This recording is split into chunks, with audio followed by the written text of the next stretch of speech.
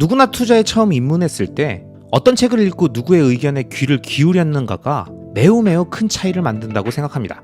그래서 그동안 많은 분들이 저에게 물어보셨던 추천 도서에 대한 답변을 댓글로 개별적으로 드렸었는데요. 이번 영상을 통해서 많은 분들께 자세히 설명드리고자 합니다. 그럼 제 투자에 대한 철학과 BTS 투자라는 종착점으로 연결하게 해준 제 인생 최고의 투자 서적 10권을 바로 말씀드리겠습니다. 참고로 이 영상에서는 각각의 책의 내용들을 자세히 언급하진 않을 겁니다. 대신 왜 그 책을 추천하는지에 대한 제 생각을 중심으로 설명드릴 테니까요. 편하게 들으시면서 이 녀석은 이런 책들을 봤구나, 이 책에 그런 의미가 있었나? 이 정도만 참고하시면 될 것 같습니다. 그리고 언급드리는 순서는 큰 의미가 없으니까 그냥 편안하게 봐주시면 될 것 같습니다. 자, 우선 첫 번째 책은 많은 투자자분들을 투자의 세계로 인도했던 세계적인 베스트셀러 로버트 기요사키의 부자 아빠 가난한 아빠입니다.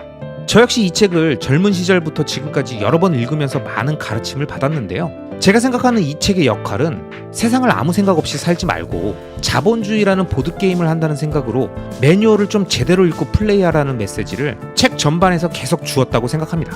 우리의 포지션을 현금으로 4분면으로 나눠서 캐릭터로 설명해주고 부자가 되고 싶은 사람이라면 어느 쪽으로 가야 하는지, 왜 가야 하는지를 설명해줬다는 점에서 오래된 책이지만 아직까지도 투자 입문서로서 가장 좋은 책이 아닌가 싶습니다. 두 번째 책은 우성님이 쓰신 부의 본능입니다. 이 책은 제가 한창 부동산 공부에 심취해 있던 시절에 네이버 부동산 스터디 카페에서 엄청난 필력으로 유명하셨던 우성님이 쓰신 책인데요. 부동산이라는 자산에 대한 제 편견과 선입견을 싹 사라지게 해주고 투자에 대한 관점을 새로잡게 하는데 큰 도움을 준 책입니다. 부동산뿐만 아니라 주식이나 투자 전반에서 우리가 투자에 실패하는 이유와 이를 방지하기 위한 방법들을 아주 쉽게 설명해주는 책이라서 몇 시간이면 술술 다 읽을 수 있는 내용이지만 그 안에 담겨있는 내용은 상당히 묵직한 투자 입문서입니다. 부자 아빠 가난한 아빠가 자본주의에 대한 개념을 알려줬다면 부의 본능이 한국형 기초를 다져줬다고나 할까? 암튼 기본서로서 상당히 좋은 책이라고 생각합니다. 세 번째 책은 모거나우절이 지은 돈의 심리학입니다. 이 책은 제가 영상에서 여러 번 언급하기도 했는데 그만큼 내용이 참 좋습니다. 전 기본적으로 투자는 심리라고 생각하는 사람입니다. 자기 자신의 심리를 잘 다스려야 하는 영역이고 다수의 집단 심리를 이해해야 하는 분야이기 때문에 투자와 심리학은 매우 밀접하게 연결고리를 갖고 있죠. 이 책은 이런 관점에서 사람들의 투자 행위의 기저에 깔려있는 심리적 요인들에 대해서 자세히 설명하고 우리 스스로 투자를 방해하는 심리적 방어 기제와 이성적으로 설명되지 않는 공포와 탐욕 같은 인간 심리에 대해서도 투자와 연결해서 아주 잘 설명해주고 있습니다. 앞에서 언급드린 부자 아빠 가난한 아빠와 부의 본능은 모두 저자가 약간 독자를 꾸짖는 듯한 느낌이 있어서 살짝 보시기 불편한 분들도 계시다면 이 책은 상당히 객관적인 사례와 친절한 설명을 덧붙이면서 투자와 심리의 연결성을 자연스럽게 설명해주기 때문에 많은 분들이 호불호 없이 좋아하실 것 같습니다. 네 번째 책은 피터 린치가 쓴 월가의 영웅입니다. 피터 린치는 제가 제일 좋아하는 투자자 중에 한 명이고 역사상 가장 개인 투자자들에게 도움이 되는 현실적 조언과 가이드를 알려준 실전 투자자가 아닌가 싶습니다. 이 책은 주식 투자에 대한 피터 린치의 생각을 담은 책이지만 책에 언급된 개별 주식에 대한 접근 방식보다는 금융 투자를 하는 투자자들이 꼭 알고 있어야 하는 정말 현실적인 조언들이 많아서 큰 도움이 되었습니다. 관련 내용들은 제가 과거 영상들에서도 많이 다루었고 피터 린치 스페셜 영상으로 묶어서 만든 게 있으니까요. 관심 있으신 분들은 우측 상단 링크를 통해서 한번 살펴보시기 바랍니다. 다섯 번째 책은 유럽의 워렌 버핏으로 불리는 앙드레 코스톨라니의 투자 3종 세트의 서적 중 하나인 돈 뜨겁게 사랑하고 차갑게 다루어라입니다. 이 책은 투자는 심리게임이다, 실전 투자 강의와 함께 시대가 변해도 변치 않는 투자의 개념들을 설명해주는 아주 좋은 책이라고 생각합니다. 80년간 투자를 진행했던 코스톨라니옹의 명언인 자기 돈을 갖고 우량주를 사고 수면제를 먹고 몇 년간 푹 자라는 말처럼 이 책에는 코스톨라니의 투자 내공을 느낄 수 있는 좋은 내용들이 참 많습니다. 코스톨라니옹의 책 내용들 역시 제가 과거에 다양한 영상에서 다루었던 적이 많기 때문에 얼마 전 올렸던 코스톨라니 스페셜 영상 내용을 우측 상단에 띄워놨으니까요. 관심 있는 분들은 참고해 보시기 바랍니다. 자, 이어지는 여섯 번째 책은 하워드 막스가 쓴 투자에 대한 생각입니다. 하워드 막스도 제가 여러 영상에서 그의 인터뷰 내용들을 다루었기 때문에 오래된 구독자분들이라면 친숙한 투자자일 텐데요. 특유의 차분하고 조목조목 논리적으로 자신의 의견을 피력해 나가는 깊이 있는 통찰과 투자의 내공이 대단한 현존하는 월가의 레전드 투자자 중에 한 명입니다. 투자에 대한 생각은 투자와 관련된 다양한 개념들을 굉장히 깊이 있게 다루는 책입니다. 특히 리스크에 대해서 어떻게 바라보고 관리할 것인지에 대한 내용을 저는 매우 인상 깊게 봤었어요. 이러한 깊이가 있는 통찰 때문에 워렌 버핏도 그가 보내는 투자 메모가 메일함에 있으면 제일 먼저 본다고 한 게 아닌가 싶습니다.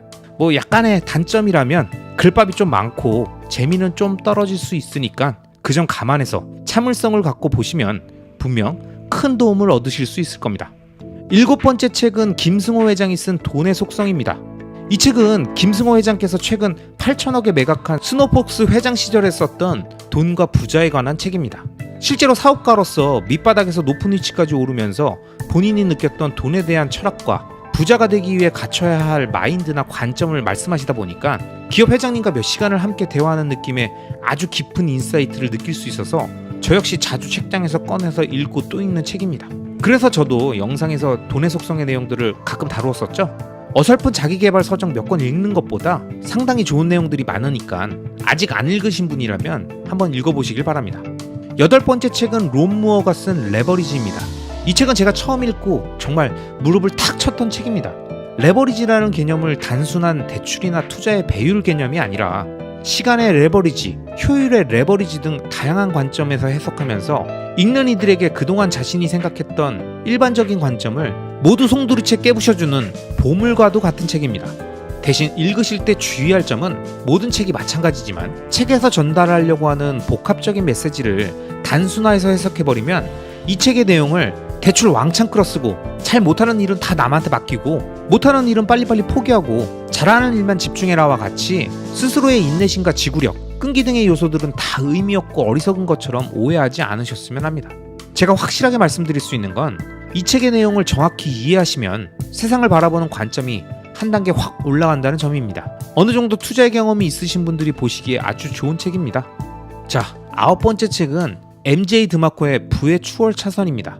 제가 로버트 기요사키의 부자 아빠 가난 아빠를 통해서 자본주의를 이해하고 본격적으로 우리가 사는 이 세상의 법칙을 처음으로 이해하기 시작했다면 이 책 부의 추월 차선을 읽으면서 그동안 전혀 관심이 없었던 디지털 컨텐츠와 무형자산의 중요성을 정확히 깨닫게 되었습니다. 어찌 보면 그런 인사이트들의 영향으로 제가 유튜브에서 지금 영상을 만들고 이렇게 많은 구독자님들과 소통하고 있는 건지도 모릅니다. 불과 4년 전만 해도 SNS는 인생에 전혀 도움이 안 된다고 생각했었고요. 온라인 공간에 제 흔적을 하나도 남기지 않는 걸 자랑스럽게 생각했던 사람인데 어느새 유튜브까지 하고 있는 걸 보면 역시 사람은 끊임없이 배우고 계속 뇌에 자극을 줘야 되는 것 같습니다. 드디어 마지막 10번째 책은 사이페딘 아모스의 달러는 왜 비트코인을 싫어하는가입니다. 미국 원제목은 비트코인 스탠다드인데요. 제가 이 책을 마지막에 소개하는 이유가 있습니다. 아마 앞에서 제가 언급했던 책들은 대부분 읽어보시면 많은 부분이 동의되시고 나름 쉽게 받아들이고 깨닫게 되시는 내용들일 겁니다. 하지만 이 책은 좀 다를 수 있습니다. 왜냐면 비트코인은 화폐의 본질을 건드리기 때문에 우리가 그동안 생각했던 모든 투자의 근간을 흔들어버리는 충격을 주다 보니까 이걸 쉽게 이해하고 받아들이기 어려운 분들도 많습니다. 특히 한 분야의 투자 경험이 많으면 많을수록 더더욱 그런 현상들이 크게 올 수 있습니다. 하지만 제가 확실하게 말씀드릴 수 있는 건 비트코인이란 이 단어는 앞으로도 끊임없이 뉴스에 등장하고 사람들의 입에 오르내릴 겁니다. 우리가 좋든 싫든 인정하든 안 하든 전혀 상관없이 말이죠. 그러니까 이왕이면 정확히 알고 판단하는 게 좋지 않을까요? 이 책을 제대로 읽어보신다면 어느 정도 비트코인이란 자산에 대해서 필요한 지식들을 다 갖추게 될 것이고 스스로 판단하실 수 있을 겁니다. 지금까지 말씀드린 모든 책들이 그렇듯 좋은 책은 우리가 당연하다고 생각하는 것들, 당연히 그래야만 한다라고 생각하는 당위론적인 생각들에 대해서 의문을 던지고 다시 생각하게 해주고 그 과정에서 새로운 깨달음을 주면서 우리를 또 한 번 도약하게 만들어줍니다. 아마 제가 말씀드렸던 이 10권의 책을 다 읽으시면 리스펙에 그런 말을 한 이유가 여기 있었네, 이제야 정확히 이해가 되는구만, 아마 이런 말씀들을 하시게 될 겁니다.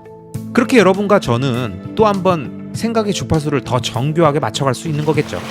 매일 바쁜 일상 속에서도 우리는 더 나은 미래를 꿈꾸며 투자 공부도 하고 파이프라인도 만들고 사업가로 나아가기 위한 준비를 끊임없이 하고 계시죠? 우리 주변의 누군가는 가끔 이런 얘기를 합니다.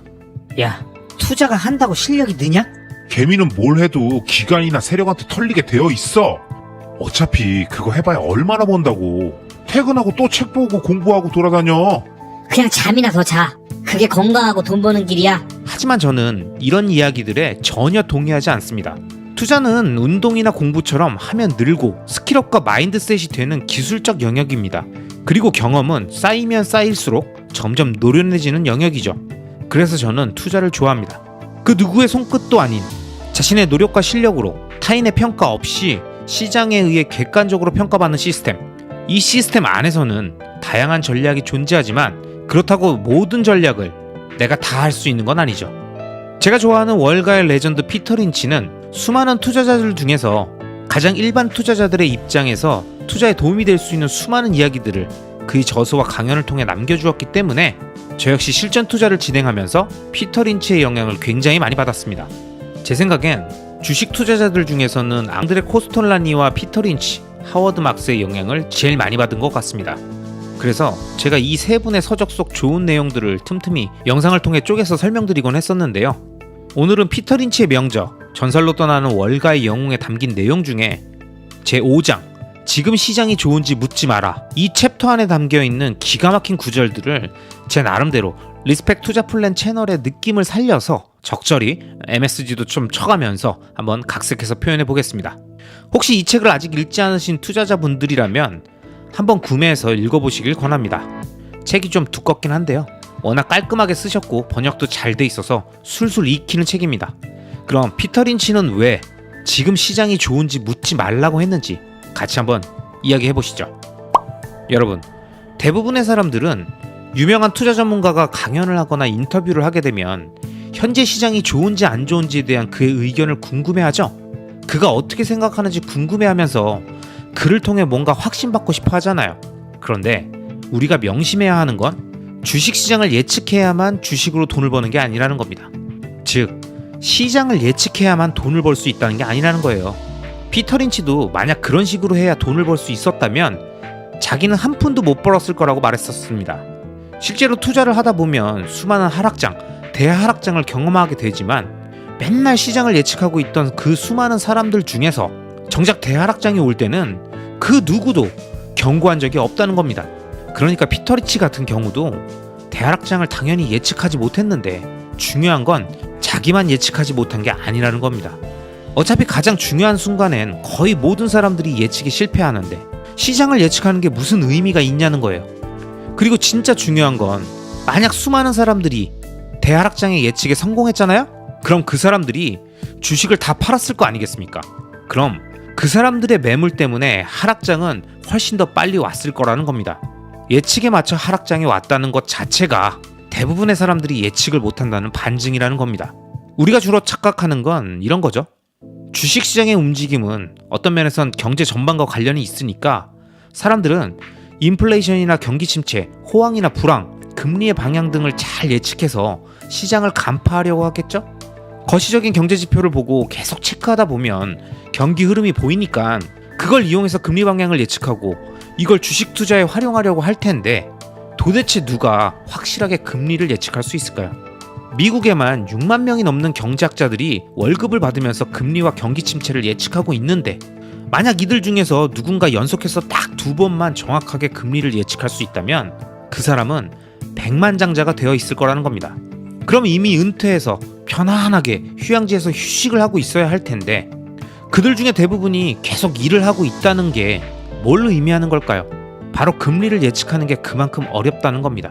그러니까 거시경제를 분석하면서 금리의 방향과 그에 따른 주식시장의 흐름을 예측하려고 하는 건 대부분 쓸모없고 의미 없는 시간 낭비일 가능성이 높은 거죠. 그렇기 때문에 대부분의 투자자들은 대하락장을 전혀 예측하지 못하고 투자자 10명 중 8명 정도는 대하락장 막판에서 반등이 시작돼도 데드캣 바운스라고 폄하하고 다시 하락이 온다고 단언하며 비관주의가 극에 달하는 모습을 보입니다. 그런데 금융시장은 딱 이 시점부터 이들에게 복수를 하듯 반등을 시작하고 갑자기 세상이 제대로 돌아가게 된다는 겁니다. 분명히 정상이 아닌 시장이었는데 갑자기 모든 문제가 해결된 것처럼 움직인다는 거예요. 시장에 참여하고 있는 인간의 DNA가 변하지 않는 한 시간이 아무리 지나도 비슷한 역사가 계속 반복된다고 저는 생각합니다. 마야 신화를 보면 세상이 4번 파괴되었다는 내용이 있는데요. 마야인들은 파괴로부터 값비싼 교훈을 배울 때마다 다음번엔 진짜 제대로 대비해야지 라고 생각하지만 문제는 늘 지난번에 일어났던 위협에 대해서만 대비한다는 겁니다. 처음에는 홍수가 일어나서 파괴가 되니까 생존자들은 홍수를 기억하고 고지대에 있는 숲으로 들어가서 뚝도 짓고 벽도 세우고 나무 위에 집을 지었다는 거죠. 그런데 그 다음번 파괴는 불로 온 겁니다. 그러니까 모든 게 다 타버린 거예요. 그래서 이 화재에서 살아남은 사람들이 이번엔 바이틈에다가 집을 짓고 대비를 했는데 이번엔 또 지진이 나서 모든 걸 파괴한 거죠. 그리고 그 다음엔 또 지진을 대비했을 텐데 또 다른 방식으로 재앙이 와서 파괴가 됐겠죠. 여러분은 이 신화에서 무엇을 느끼십니까? 결국 투자자들이 명심해야 할 것은 하이퍼 인플레이션이 오는 거냐, 디플레이션이 오는 거냐, 경기 침체가 얼마나 깊게 오랫동안 지속될 것이냐, 이런 건 마치 마야인들이 지난번에 일어났던 재앙, 즉 자신들의 기억 속에 있는 재앙을 기준으로 대비해야 한다고 얘기하면서 호들갑 떠는 거라는 겁니다. 아무리 대비한다고 그래봤자 결국 우리는 새로운 유형으로 다가오는 재앙을 피할 수 없다는 거죠. 그래서 피터 린치는 시장에 신경 쓰지 말라고 얘기합니다. 사람들이 시장을 예측하겠다고, 그래서 대비하겠다고 해봤자 시장은 아무도 예측하지 못한 방식의 재앙으로 다가오고, 그래서 또 대부분의 우리들은 당하게 되어 있다는 겁니다. 자, 여러분, 그럼 뭐 투자를 하지 말라는 거냐? 그게 아니죠.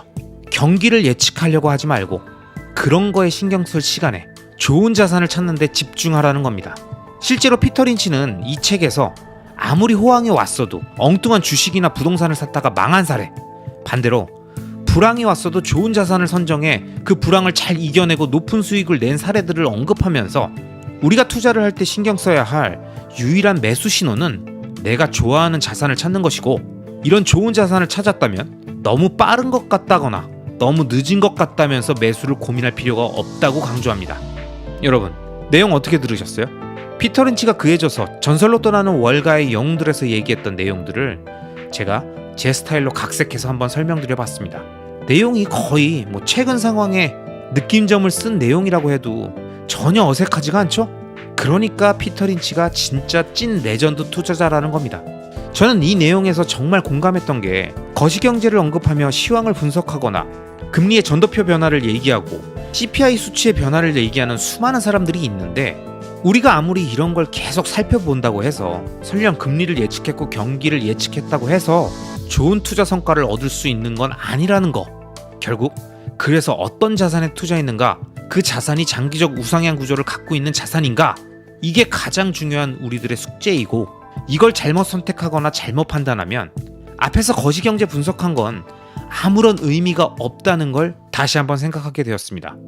그렇기 때문에 우리는 경기 상황을 분석한답시고 매크로 지표들 보면서 예측하고 느낌 쎄하다고 팔고 뭔가 올 것 같다면서 현금 보유해야 한다고 얘기하기보단 장기적 우상향 구조를 갖는 자산은 무엇이 있고, 그 자산들을 조합해서 자신만의 포트폴리오를 만들려면 어떤 순서로 매집하고 비율을 어떻게 나누고 그 조합들을 언제까지 유지하다가 언제쯤 리밸런싱하면서 최종 구조를 완성할 것인가, 이런 구체적인 투자 전략들을 세워서 나머지 거시적 경제 환경 같은 수많은 리스크들을 시간에 녹여 수익으로 치환한다는 생각으로 대응하는 게 맞지 않을까요?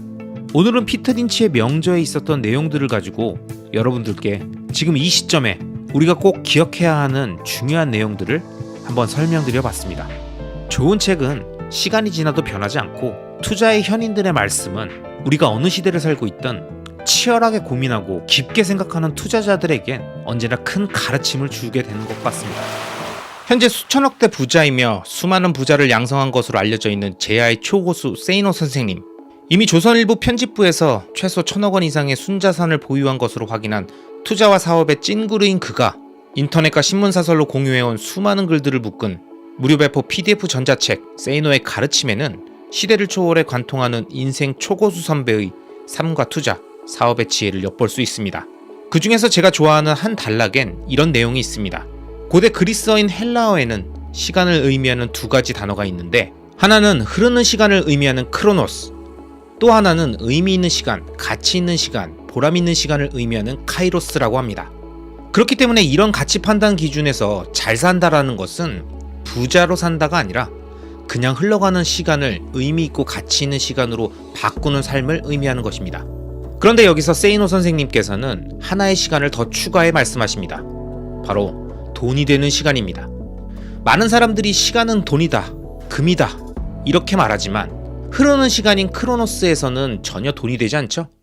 출퇴근 시간에 지지고 볶고 짜증내고 술에 취해서 비틀거리는 시간들은 그냥 흘러가는 시간일 뿐입니다.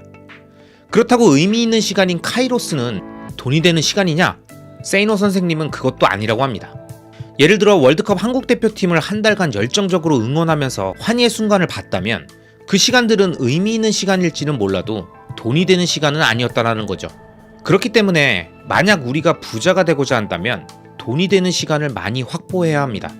직장에서 자신의 노동을 통해 월급을 받는 행위는 돈을 버는 시간이지만 매사 기계적으로 임하며 시간을 때웠다면 돈을 버는 시간도 의미 없는 흐르는 시간으로 바뀔 수도 있고, 기계적이고 하찮아 보이는 일을 하고 있더라도 그 안에서 그 문제를 개선하고 효율화하기 위해 노력한다라던가, 아님 지금 당장 돈이 되진 않지만 지식을 얻는 데 사용하는 시간들이 있다면 이건 역시 돈이 되는 시간이라고 세이노 선생님은 말씀하십니다. 여러분, 만약 지금 내가 하고 있는 행동들에 그냥 흐르는 시간인 크로노스가 대부분이라면 우린 의미 없는 인생을 살고 있는 겁니다. 하지만 의미 있는 시간, 가치 있는 시간, 보람된 시간인 카이로스가 많다면 보다 발전적인 방향으로 나아가며 삶의 질을 올리고 있는 상태일 것이고요. 더 나아가 그 카이로스가 생산적인 활동과 연결된다면 그때 비로소 돈이 되는 시간이 만들어지며 부자의 길에 점점 다가설 수 있을 겁니다. 만약 이 영상을 보시는 부자를 꿈꾸는 분들이라면 우리에게 허락된 하루 24시간을 지금 당장 최대한 돈이 되는 시간으로 만들어 나가야 합니다. 혹시 여러분은 직장에서 임원으로 성공하고 싶고 SNS에서 멋진 인플루언서로도 보이고 싶고 부업으로 시작한 사업으로 돈도 많이 벌고 싶고 투자도 기가 막히게 잘해서 잘 불리고 싶나요? 이런저런 자기계발 책들을 보면서 한 해 목표를 세우다 보면 이건 뭐 슈퍼맨이나 가능한 멀티태스킹 능력을 갖춰야만 할 수 있는 계획들을 원대한 포부와 함께 쏟아내는 자신의 모습을 우린 쉽게 볼 수 있습니다. 하지만 전 여러 연구와 책에서 언급됐던 것처럼 멀티태스킹이라는 말 자체가 오류이고 실제로 인간은 동시에 여러 가지 일에 절대 집중할 수 없다고 생각합니다. 왜 우리가 항상 할 일은 많고 시간에 쫓기는데 성과는 늘 그대로인지 아십니까? 바로 너무 많은 일들을 하고 있어서 그렇습니다. 연초 올해의 목표를 알차게 세우고 계실 분들께 복잡한 이 세상을 슬기롭게 살아가기 위해 인생과 투자를 왜 단순화해야 하는지 게리 컬러와 제이 파파산이 쓴 책 원싱의 내용을 통해 자세히 설명드리겠습니다. 제가 예전 영상에서 보도셰퍼의 돈에 나왔던 명문장 하루 종일 일하는 사람은 돈 벌 시간이 없다 라는 말씀을 드린 적이 있습니다. 이 말의 의미는 현재 자신이 묶여있고 오랫동안 시간을 제공해야 하는 그 무언가가 자신에게 가장 중요한 원thing이 아니라면 그 행위를 열심히 하는 것으론 절대 부자가 될 수 없다는 걸 의미합니다. 대부분의 사람들은 뭔가를 포기하기 싫어합니다. 직장생활, SNS 활동, 투자 성과, 취미생활, 소비습관, 그 어느 것도 포기할 수 없다면서 모두 가져가려는 사람은 결국 타인에 의해 포기할 수밖에 없는 상태가 되면 그때 가서 마치 자신의 선택인 양 하나를 고르지만 사실 그건 선택이 아니라 선택지가 줄어들어 하나밖에 남지 않은 걸 잡아든 것에 불과할지 모릅니다. 그렇기 때문에 우린 자신의 인생에서 가장 중요한 꿈과 목표를 향해 지금 이 순간 꼭 해야 할 단 한 가지가 무엇인지 정확히 알아야 하고 그 외의 것들은 어느 정도 포기해야 합니다. 자기계발 서적인 원싱에 보면 이런 문구가 나옵니다. 내가 큰 성공을 거두었을 때에는 단 하나의 일에만 집중했다. 그러나 성공이 들쭉날쭉했을 때는 집중력도 여러 군데에 퍼져 있었다. 결국 우린 소중한 우리들의 시간을 중요한 한 가지에 집중적으로 투입하고 파고들어야 한다고 이 책에서는 이야기하고 있는 것입니다. 근데 제가 이런 이야기를 평소 주변 분들에게 하면 늘 반응은 이렇습니다.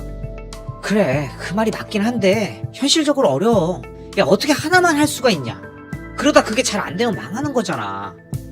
난 성격이 완벽주의자라 그게 잘 안 되네. 뭐든 내 맘에 들게 안 되면 마음이 불편하더라고. 여러분도 혹시 이런 생각이시라면 제가 지금부터 설명드릴 원싱에 나왔던 내용들을 잘 들어보세요. 이 책의 저자 역시 과거엔 모든 일은 똑같이 중요하다는 신념을 갖고 커리어를 시작했다고 합니다. 그래서 늘 한 번에 많은 일을 시도했고 그 일이 뜻대로 되지 않아 좌절할 때마다 자신이 성공할 수 있는 능력이나 의지가 있는지 회의감마저 들었다고 합니다. 그럴 때마다 성공해내야 한다라는 생각에 정말 이악 물고 악으로 깡으로 살았고 그 행위 자체가 집중력과 열정이라고 믿었다는 거죠. 그러다 결국 약간의 성과는 있었지만 항상 병원 신세를 져야 되는 상태가 되었다고 합니다. 성공한 사람들이 얘기하는 모든 것을 지키며 살고자 했고 모든 일에 최선을 다했던 결과가 허망하자 그때부터 자신의 강박을 내려놓고 긴장을 풀고 의도적으로 일을 줄이기 시작했더니 제대로 숨을 쉴 수 있게 되었다고 합니다. 그 과정에서 저자가 알게 된 매우 중요한 원리는 우리는 지나치게 생각을 많이 하고 지나치게 과도한 계획을 세우고 지나치게 커리어와 사업, 삶을 분석하려고 하면서 자신의 몸을 혹사시킨다는 거예요. 그런데 여기서 우리가 크게 착각하는 건 그런 일들을 했기에 성공한 것이 아니라 그런 모든 일들을 다 함에도 불구하고 성공했다는 것입니다. 모든 일을 다 했기 때문이 아니라 그중 딱 한 가지가 자신의 작은 성공을 만들어준 거예요. 그렇기 때문에 성공하고 싶은 사람이라면 자신이 목표로 한 그 성공을 향해 해야 할 여러 가지 중에 자신이 타고난 성과를 낼 수 있는 단 한 가지, 그 성공을 향해 가기 위해 해야 할 딱 한 가지를 정확히 찾고 그 한 가지에 집중해야 한다는 겁니다. 그걸 이 책에서는 삶의 매 순간 가장 적합한 행동을 한다라고 표현합니다. 여러분은 현재 자신이 꿈꾸는 성공을 위해 적합한 행동을 하고 계십니까? 아니면 아직도 이런저런 핑계를 대며 남들에게 중요한 일들만 처리하다가 매일 지쳐 잠들고 계십니까? 미국의 철광왕 앤드류 카네기는 1885년 대학생들을 대상으로 사업적 성공으로 가는 길이라는 주제의 연설에서 자신이 어떻게 성공할 수 있었는지를 설명하면서 성공의 기본 조건이자 위대한 비밀이라며 자신의 에너지와 생각, 돈을 현재 하고 있는 일 하나에만 집중하라고 얘기했습니다. 그러면서 투자에 대해서도 달걀을 한 바구니에 담지 말라는 말은 틀렸다면서 달걀을 모두 한 바구니에 담고 그 바구니를 잘 지키라고 말했죠. 카네기의 얘기는 간단합니다. 우리 주변을 둘러보라는 거예요. 단 하나에 집중하는 사람들은 자주 실패하지 않는다는 겁니다. 왜? 바구니 하나를 잘 들고 다니는 건 쉬우니까요. 달걀이 제일 많이 깨지는 사람은 너무 많은 바구니를 들고 있는 사람이라는 거예요. 저는 이게 인생과 투자의 진리라고 생각합니다.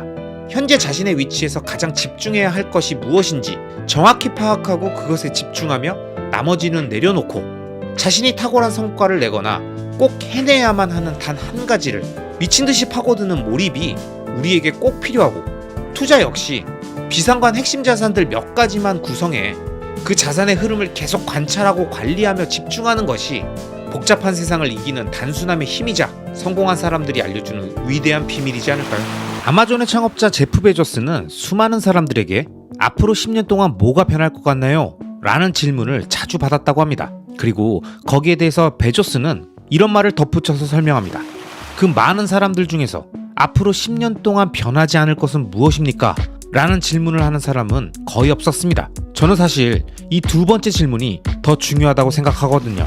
이 내용은 제가 좋아하는 돈의 심리학의 저자인 모건 하우저리 쓴 불변의 법칙에 나온 한 일화입니다. 이 책에서 그는 이렇게 말합니다. 변하지 않는 것들은 중요하다. 그것을 알면 확신을 갖고 미래를 가늠할 수 있기 때문이다. 베조스는 저렴한 가격과 빠른 배송을 원하는 아마존 고객들의 욕구가 사라진 미래는 상상할 수 없다고 말했다. 그래서 그 두 가지를 유지하는데 주력하는 것이다. 이런 접근법은 삶의 거의 모든 영역에서 유효하다. 여러분, 이 이야기는 우리에게 참 많은 화두를 던집니다. 보통 우리는 투자를 말할 때 잃지 않는 투자를 해라, 원칙을 지키는 투자를 해라, 장기적 관점을 갖고 투자해라, 이런 말들을 많이 하죠. 그런데 여러분, 자신만의 원칙을 지키고 잃지 않는 투자를 하기 위해서 우리는 무엇에 집중해야 할까요? 인플레이션 이상의 수익률로 자신의 구매력을 지켜야 하고, 빠르게 변하는 세상에 맞춰서 급변하는 산업의 지각 변동과 새로운 기술, 제품, 서비스 등에 관심을 갖고 사람들의 행동 양식의 변화에 집중해야 한다고 우리는 알고 있습니다. 이런 것들은 다 맞는 말입니다. 하지만 이런 투자와 우리의 인생을 둘러싼 다양한 조언들 중에서 우리가 가장 중요하게 생각해야 할 가장 근원적인 화두는 바로 변하지 않는 것에 대한 관심, 이겁니다. 인트로에서 설명했던 모건 하우저의 불변의 법칙의 주제인 늘 변화하는 세상에서 절대 변하지 않는 것들, 이 개념을 정확히 이해한다면 우리는 인생과 투자에서 엄청나게 중요한 인사이트를 또 하나 얻게 됩니다. 빠르게 변하는 세상에서 앞으로는 또 무엇이 바뀔까? 어떻게 변할까에 대한 생각보다 제프 베조스가 아마존을 운영하면서 빠른 배송과 저렴한 가격은 시대가 바뀌어도 국가와 인종이 달라도 모든 사람이 원하는 불변의 법칙이라는 생각으로 이 부분에 집중한 것입니다. 자, 그럼 이런 인간의 본성과 본능에 따라서 바뀌지 않는 것들은 또 뭐가 있을까요? 다양한 것들이 있을 수 있겠죠. 예를 들면 따뜻하고 쾌적한 집에 살고 싶은 열망, 노동에서 해방되고 싶은 욕구, 그 누구에게도 뺏기지 않는 안전한 돈에 대한 염원, 이것들은 시대가 바뀌고 세월이 아무리 지나도 변하지 않죠. 그렇기 때문에 이런 불변의 법칙과 연결된 곳에 우리들의 소중한 자본과 시간, 에너지를 집중하는 것이 장기적 우상향 구조의 삶이라고 저는 생각합니다. 모두가 살고 싶어하는 핵심 입지의 땅, 핵심 입지의 부동산은 나와 내 가족을 보다 안전하고 안락하고 편안하게 살게 해주고 싶다는 모든 인간의 공통된 생각에 의해 어느 시대에나 높은 가격이 유지됩니다. 왜냐? 한번 만들어지고 구축된 인적, 물리적, 문화적 네트워크와 인프라는 쉽게 사라지거나 훼손되지 않기 때문에 늘 대기 수요가 넘쳐나니까요. 이게 부동산을 논할 때 입지가 가장 중요한 이유입니다.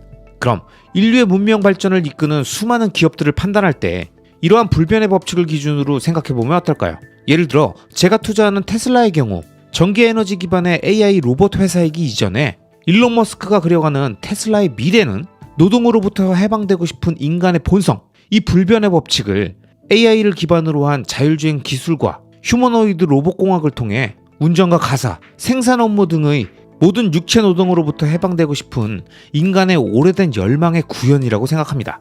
그럼 그 누구에게도 빼앗기지 않은 안전한 돈에 대한 염원, 이건 어떨까요? 역사적으로 실물 금을 비롯해서 소유자의 정보가 포함되지 않는 무기명 자산에 대한 열망은 어느 시대나 존재해왔고 각국은 이런 인간의 욕구를 알기 때문에 국가 재정 확충이 필요한 시기엔 이런 수요들을 이용해서 무기명 채권을 발행했죠. 이처럼 누군가에게 감시당하지 않고 통제되거나 검열되지 않고 자유롭게 존재하고 사용할 수 있는 돈에 대한 인간의 갈망은 인류의 역사 속에서 수없이 발견되고 알 수 있는 우리 인간의 본능, 즉 우리 DNA에 담겨있는 불변의 법칙입니다. 그걸 디지털 환경에 맞춰 더 진화된 형태로 구현한 것이 바로 비트코인인 것이죠. 결국 비트코인의 근원적인 개념인 건전화폐, 사운드머니의 기저에는 그걸 원하는 인간의 변하지 않는 속성이 있었던 겁니다. 이처럼 우리가 장기적 우상향 구조의 자산이라고 생각했던 모든 것들은 결국 인간의 본성, 본능과 욕구를 정확히 충족시켜주는 것들이라고 볼 수 있습니다. 그럼 이쯤에서 모고나우절의 불변의 법칙에서 설명하는 이 개념들에 대한 다양한 생각들을 여러분들께 좀 더 들려드리겠습니다. 함께 들어보시죠. 역사는 그 누구도 예상하지 못한 뜻밖의 사건들로 가득하다. 한편으론 시대를 초월한 지혜와 교훈을 가득 품고 있다. 타임머신을 타고 지금으로부터 500년 전 또는 500년 후로 간다고 생각해보자. 아마 당신은 현재와 너무나도 차이가 큰 기술과 의학 수준에 깜짝 놀랄 것이다.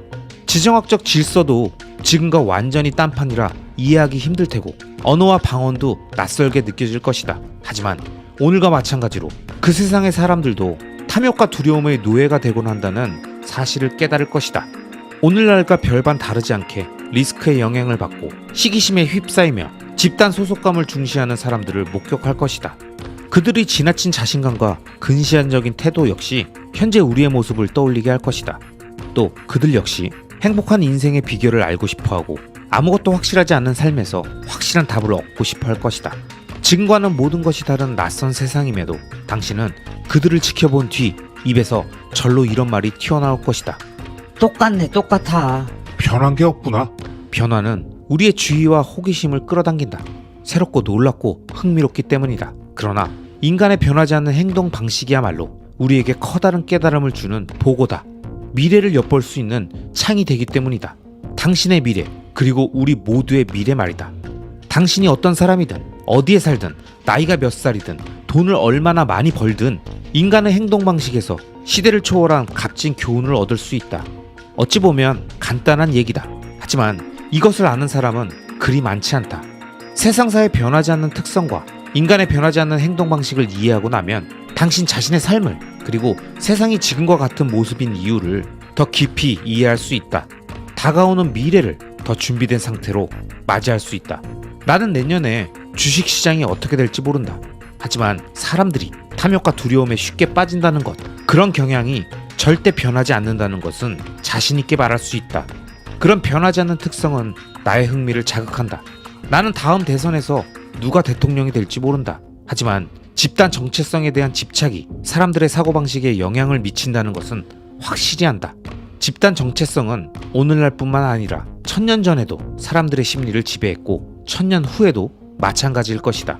나는 향후 10년간 어떤 기업이 시장을 장악할지 모른다. 그러나 성공에 취해 자만하는 기업의 리더는 나태함과 특권의식에 빠져 결국 경쟁에서 밀려날 것이라 장담할 수 있다. 그런 스토리는 수백 년 동안 목격되어 왔고 앞으로도 그럴 것이다. 그동안 철학자들은 우리에게 이렇게 말했다. 가능한 삶의 버전은 무한한 수로 존재하며 우리는 그중 하나인 지금의 이 삶을 살고 있는 것이라고 말이다. 이는 무척 흥미로운 생각거리인 동시에 다음의 질문을 떠올리게 한다. 지금 살고 있는 이 삶뿐만이 아니라 상상 가능한 모든 삶의 버전에서 변함없이 참인 것은 무엇일까? 그 보편적인 진실이 우리가 주목해야 할 가장 중요한 부분이다. 그것은 운이나 우연과는 무관하기 때문이다. 기업가이자 투자자인 너발 라비칸트는 이렇게 말했다. 1000개의 평행우주가 존재한다면 그중 999개에서 부를 쌓을 줄 아는 사람이 되라. 그저 운이 좋아 50개의 평행우주에서 부자가 되는 것은 의미가 없다. 행운은 성공을 좌우하는 중요한 요인이 아니다. 만일 인생을 1000번 산다면 그중 999번의 인생에서 성공을 이룰 줄 아는 사람이 되고 싶다. 여러분, 모거나우절은 이 책에서 시대를 초월해 인류 역사의 매 순간 반복되는 인간의 본성과 이에 따라 불변하는 보편적인 진실들에 집중하며 특정 시기나 상황에 따라 발생되는 가변적인 이벤트들에 관심을 갖고 그것들을 지표 삼아 움직이는 어리석은 행동들을 멀리해야 한다고 말합니다. 결국 우리가 현명한 투자자가 되고자 한다면 이런 인간의 변하지 않는 행동 양식들을 깊이 있게 탐구하고 파악해야 되며 이러한 과정에 오랫동안 집중함으로써 자신의 성공이 단순한 우연이나 운빨이 아닌 몇 번을 반복해도 똑같은 성공을 만들 수 있는 그런 상태로 나아가야 한다고 강조합니다. 즉, 앞으로 변화될 것에 대한 관심보단 변하지 않는 인간 본연의 불변의 법칙에 집중하며 그 변치 않는 인간의 욕구, 니즈를 충족시켜주는 자산과 행위에 집중하는 것이 장기적 우상향 구조의 자산을 찾는 또 하나의 접근 방식이 될 것입니다. 여러분, 우리가 살고 있는 이 세상에 나타나는 모든 현상들, 특히 반복적으로 나타나는 현상들은 하나같이 불변의 법칙이 적용되어 있습니다. 너발 라비칸트가 말한 것처럼 자신이 존재하는 1000개의 평행우주 중에서 999개에서 부를 쌓은 사람이 되기 위해선 각각의 평행우주의 특수성, 우연적인 상황에 집중하는 것이 아니라 그 모든 1000개의 우주를 관통하는 핵심, 바로 인간의 본성은 변하지 않는다. 고로 나는 인간의 본성, 즉 인간이 무엇을 하고 싶고 무엇을 갈망하고 무엇을 참지 못하는지를 이해한 뒤에 인간이 하고 싶고 갈망하는 대상과 행위를 찾고 그것들과 연결된 장기적 우상향 구조의 자산을 발견한 뒤에 인간이 참지 못하는 것들, 구석기 시대부터 인간의 DNA가 담겨 본능에 이끌려 행동하는 그 뻔한 행동들을 자제하고 멀리한다는 생각을 해야 합니다. 그럼 우리들의 장기 투자는 1000개의 평행우주 안에서 서로 다른 상황에 놓여 있어도 999군데에서 성공할 수 있는 겁니다. 아시겠죠? 사람들은 왜 비트코인을 쉽게 이해하지 못할까? 아니, 나는 왜 이제서야 비트코인을 이해했을까? 아마 비트코인을 처음으로 이해하고 이 위대한 발명품이자 혁명적인 개체가 왜 대단한지를 깨닫게 되신 분들이라면 이 질문을 스스로에게 수십 번 해보셨을 겁니다. 그리고 저 역시 이 질문을 여러 번 스스로에게 던지고 고민하면서 내린 결론은 바로 이거였습니다. 비트코인은 우리가 너무 당연하게 생각하는 것들을 당연하지 않다고 말하고 그걸 제대로 알아보려고 하면 너무 다양한 영역을 방대하게 건드리기 때문에 참을성이 없고 조급하고 복잡한 걸 싫어하고 변화를 두려워하는 평범한 우리들에게 비트코인은 어쩌면 웬만하면 끝까지 눈과 귀를 닫고 모르고 싶은, 하지만 결국엔 알게 되는 불편한 진실들을 말해주기 때문이 아닌가 싶습니다. 마치 영화 매트릭스의 모피어스가 극중 주인공인 네오에게 이 세상이 가상 공간이라고 말해줘도 끝까지 부정하고 싶고 받아들일 수 없는 감정을 느꼈던 것처럼 우리 모두는 오렌지 알약을 먹기 전까진 이 세상에 존재하는 모든 화폐 시스템을 태어나서부터 공기처럼 사용했던 지폐와 신용카드, 은행 시스템, 그리고 국가 중앙은행의 금리 결정에 따라 좌우되는 경기 변동을 너무나도 당연하게 받아들인 거죠. 그것도 왜 그런지, 왜 그래야 하는지, 과거에도 그랬는지 이게 최선인지, 문제점은 뭔지 단 한 번도 생각하지 않으면서도 그게 당연하다고 생각했다는 거. 이게 소름 끼치게 가장 무섭고 우리가 비트코인을 무시하고 늦게 이해하게 만들었다는 겁니다. 하지만 지금 이 영상을 보고 계시는 분들은 거의 대부분 비트코인을 어느 정도 이해하셨거나 왜 궁금한지를 깨닫고 한창 공부하며 궁금증이 폭발하는 시기를 지나고 계실 겁니다. 그리고 이런 시기엔 다양한 비트코인의 영상과 서적들을 닥치는 대로 보고 들으면서 당장은 이해가 안 가더라도 일단 쫙쫙 흡수하는 게 좋죠.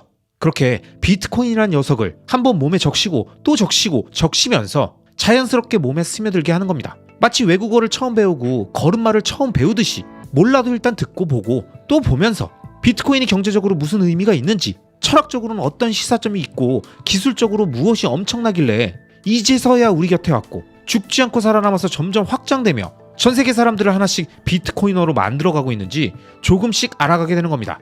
그리고 저는 이러한 과정에 도움이 되는 다양한 비트코인 관련 서적들 중에서 오늘 21가지 교훈을 추천드립니다. 참고로 이 책은 지지라는 필명을 쓰는 비트코이너가 당신은 비트코인에서 무엇을 배웠습니까? 라는 질문을 트위터에서 받고 썼던 폭풍 트윗 글들이 기사가 되고 결국 책으로까지 나오게 되었었는데, 이걸 국내 유일의 비트코인 온리 커뮤니티인 포우팀에서 열심히 번역해 주셔서 좋은 책을 한글로 보게 되었습니다. 제가 영상 앞부분에 우리가 비트코인에 대해서 빨리 이해하지 못했던 다양한 이유들을 이 책에서는 철학, 경제학, 기술의 세 챕터로 나눠서 총 21가지의 이야기로 나누고 각각의 이야기에서 한 가지 교훈을 말해줍니다. 그래서 각자 자신이 그동안 비트코인을 공부하면서 알게 됐던 내용들과 잘 모르는 내용들을 정확히 확인하고 그 부분에 대한 핵심 내용들을 채울 수 있는 비트코인 핵심 요점 정리 서적 같은 책입니다. 자, 그럼 이 책의 저자가 말한 비트코인의 21가지 교훈들을 구독자님들을 위해서 한 줄 정리 문장만 순차적으로 쭉 말씀드려 보겠습니다. 저자는 어떤 교훈들을 느꼈는지 한번 들어보시죠. 첫 번째, 비트코인은 나에게 비트코인이 변하지 않는다는 것을 알려주었다. 내가 변할 뿐이다. 두 번째, 비트코인은 풍요의 시대에 진정한 희소성이 무엇인지 가르쳐 주었다. 세 번째, 비트코인은 나에게 국소성이 얼마나 까다로운 것인지 알려주었다. 네 번째, 비트코인은 탈중앙화가 정체성과 모순된다는 것을 가르쳐 주었다. 다섯 번째, 비트코인은 나에게 서사가 중요하다는 것을 가르쳐 주었다. 여섯 번째, 비트코인은 자유사회에서 언론의 자유와 자유 소프트웨어를 막을 수 없다는 것을 가르쳐 주었다. 일곱 번째, 비트코인은 내가 아는 게 거의 없다는 걸 가르쳐 주었다. 비트코인 토끼굴의 바닥을 알 수 없다. 여덟 번째, 비트코인은 장막 뒤에서 나의 금융적 무지와 직면하게 해주었다. 아홉 번째, 비트코인은 나에게 인플레이션이라는 숨겨진 세금과 초인플레이션의 재앙에 대해서 가르쳐 주었다. 열 번째, 비트코인은 가치는 주관적이지만 임의적이지 않다는 것을 가르쳐 주었다. 11번째, 비트코인은 나에게 돈이 무엇인지 알려주었다. 12번째, 비트코인은 나에게 돈의 역사와 경제 역사상 가장 큰 속임수인 명목 화폐에 대해서 가르쳐 주었다. 13번째, 비트코인은 부분 지급준비금 시스템이 진짜 광기임을 가르쳐 주었다. 14번째, 비트코인은 나에게 건전화폐가 꼭 필요하다는 것을 가르쳐 주었다. 15번째, 비트코인은 나에게 숫자는 강력하다는 것을 가르쳐 주었다. 16번째, 비트코인은 나에게 신뢰하는 법이 아닌 검증하는 법을 가르쳐 주었다. 17번째, 비트코인은 나에게 시간을 알려주는 것이 탈중앙화된 경우엔 특히나 까다롭다는 것을 가르쳐 주었다. 18번째, 비트코인은 느리게 움직이는 것이 버그가 아닌 비트코인의 특징 중 하나라는 것을 가르쳐 주었다. 19번째, 비트코인은 프라이버시가 죽지 않는다는 것을 가르쳐 주었다. 20번째, 비트코인은 사이퍼펑크는 코드를 작성하여 실행한다는 것을 가르쳐 주었다. 21번째, 비트코인은 미래를 알기 위해 반드시 과거를 이해해야 함을 알려주었다. 이제 막 시작된 미래를. 여러분, 이 21가지 교훈을 들어보시니까 어떤가요? 어떤 내용은 문장만 들어도 이해가 되고 어떤 건 한 문장만으론 의미를 모르시겠는 것도 있으시죠? 그리고 비트코인 하나를 설명하는데 엄청나게 넓고 방대한 영역의 주제들이 언급된다는 느낌을 받으셨을 겁니다. 이렇게 비트코인은 때론 난해하고 어렵고 그래서 나하고는 거리가 있는 너무 멀게만 느껴지는 존재였다가 하나씩 조금씩 이해해가면서부터는 왠지 모르게 친숙하고 쉽게 이해가 되면서 자신도 모르는 사이에 점점 더 깊은 비트코인 토끼굴로 들어가게 되는 거죠. 그 과정에 이 책이 여러분들을 올바른 비트코인의 세계로 인도하는데 도움을 드릴 거라고 생각합니다. 마지막으로 이 책 21가지 교훈에 담겨있는 작가의 결론부 내용을 구독자 여러분들께 소개해드리겠습니다. 작가의 중요한 메시지들이 담겨 있으니까요, 잘 들어보시기 바랍니다. 서두에서도 언급했지만 비트코인으로부터 무엇을 배웠는가에 대한 대답은 늘 불완전하다. 비트코인은 기술과 경제학 같은 여러 살아있는 시스템들과 공생관계에 얽혀 있어서 다뤄야 할 주제가 방대하고 비트코인을 완전히 이해하기엔 모든 것이 너무 빠르게 변화하고 있다. 비록 비트코인을 완전히 이해하지 못하고 비트코인의 단점과 결점이 있다 하더라도 비트코인은 의심할 여지 없이 작동되고 있다. 그것도 약 10분마다 계속 블럭을 생성하며 매우 아름답게 작동하고 있다. 비트코인이 오래 작동할수록 더 많은 사람들이 비트코인을 선택하게 될 것이다. 비트코인은 인터넷의 산물이다. 비트코인은 기하급수적으로 성장하고 있으며 분야의 경계를 무너뜨리고 있다. 예를 들어 순수 기술의 영역이 어디에서 끝나고 다른 영역이 어디서부터 시작되는지 명확하지 않다. 비트코인이 효율적으로 작동하려면 컴퓨터가 필요하지만 컴퓨터 과학만으로는 비트코인을 이해하기 충분하지 않다. 비트코인의 내부 작동 측면에서도 경계가 없을 뿐만 아니라 학문의 분야에서도 경계가 없다. 비트코인이 무엇이고 비트코인이 어떻게 작동하는지 이해하기 위해서는 경제학, 정치학, 게임 이론, 화폐의 역사, 네트워크 이론, 금융, 암호학, 정보 이론, 검열, 법률과 규제, 인간 조직, 심리학 등 이 모든 전문 분야의 도움이 필요하다. 비트코인의 성공은 하나의 발명품 때문이 아니다. 이전에는 서로 관련이 없던 여러 가지가 게임 이론적 인센티브에 의해 결합된 것이 바로 비트코인이라는 혁명을 만들어낸 것이다. 여러 분야를 망라하는 아름다운 조화가 사토시를 천재로 만들었다. 모든 복잡한 시스템이 그러하듯 비트코인도 효율성, 비용, 보안 및 여러 측면에서의 절충이 필요하다. 원으로 사각형을 만들어내는 완벽한 방법이 없는 것처럼 비트코인이 해결하려는 방법도 항상 불완전할 수밖에 없다. 비트코인은 건전화폐를 세상에 다시 도입하는 교묘하고 우회적인 방법이다. 다빈치가 비트 루비안맨을 중앙에 배치하여 원을 제곱하는 까다로운 문제를 풀려고 했던 것처럼 비트코인은 각 노드 뒤에 자주적인 개인을 배치하여 문제를 해결하려고 한다. 노드는 효과적으로 중앙의 개념을 제거하여 놀라울 정도로 공격에 취약하지 않고 중단시키기 어려운 시스템을 만든다. 비트코인은 살아있고 그 심장박동은 아마도 우리의 심장박동보다 오랫동안 뛸 것이다. 여러분, 21가지 교훈의 저자인 지지가 말한 것처럼 비트코인으로부터 무엇을 배웠는가? 라는 질문에 우리가 완벽한 답을 하긴 쉽지 않습니다. 하지만 만약 누군가 저에게 너는 비트코인으로부터 무엇을 배웠니? 라고 묻는다면 비트코인은 나에게 이 세상을 올바르게 바라보는 눈을 주었고 태화하지 않는 의식을 주었습니다. 라고 말할 것 같습니다. 비트코인은 단순한 장기적 우상향 자산이 아닙니다. 때론 전쟁과 같은 위기의 순간에 나와 우리 가족의 생명을 지켜주는 최후의 구명보트이고 법정화폐 시스템의 인플레이션 굴레에서 우리들의 노동가치와 자산가치를 온전히 보존해주는 든든한 성벽이자 윤리적 자산입니다. 그렇기에 비트코인은 철학, 경제학, 기술, 물리, 수학, 연력학 등 우리의 삶에 영향을 주는 수많은 학문과 개념, 시스템과 문화에 연결되며 앞으로도 계속 진화될 화폐 혁명인 거죠. 이러한 대상의 등장을 살아생전에 보고 그 성장과 확산을 경험할 수 있는 현재를 사는 우리들을 미래의 사람들이 봤을 때 단체로 로또를 맞은 행운아들이었다고 말할 거라고 저는 확신합니다. 그렇기 때문에 오늘도 비트코인을 공부하고 비트코인을 오랫동안 지킬 수 있는 월 현금 흐름을 만들기 위해 열심히 일하면서 자신의 가치를 높이고 비트코인을 통해서 부자가 되는 게 아니라 비트코인을 오랫동안 보유하고 지킬 수 있었던 그런 능력 있는 사람이 되기 위해서 오늘도 내일도 앞으로도 계속 발전하는 우리들이 되자고요. 그렇게 우리의 일상을 열심히 살면서 오랫동안 비트코인을 팔지 않을 수 있는 자신의 재무 구조와 시스템을 만든다면 수량의 많고 적음과 상관없이 비트코인의 꾸준한 적립 매수가 우리에게 위대한 결과를 선물할 겁니다. 아시겠죠?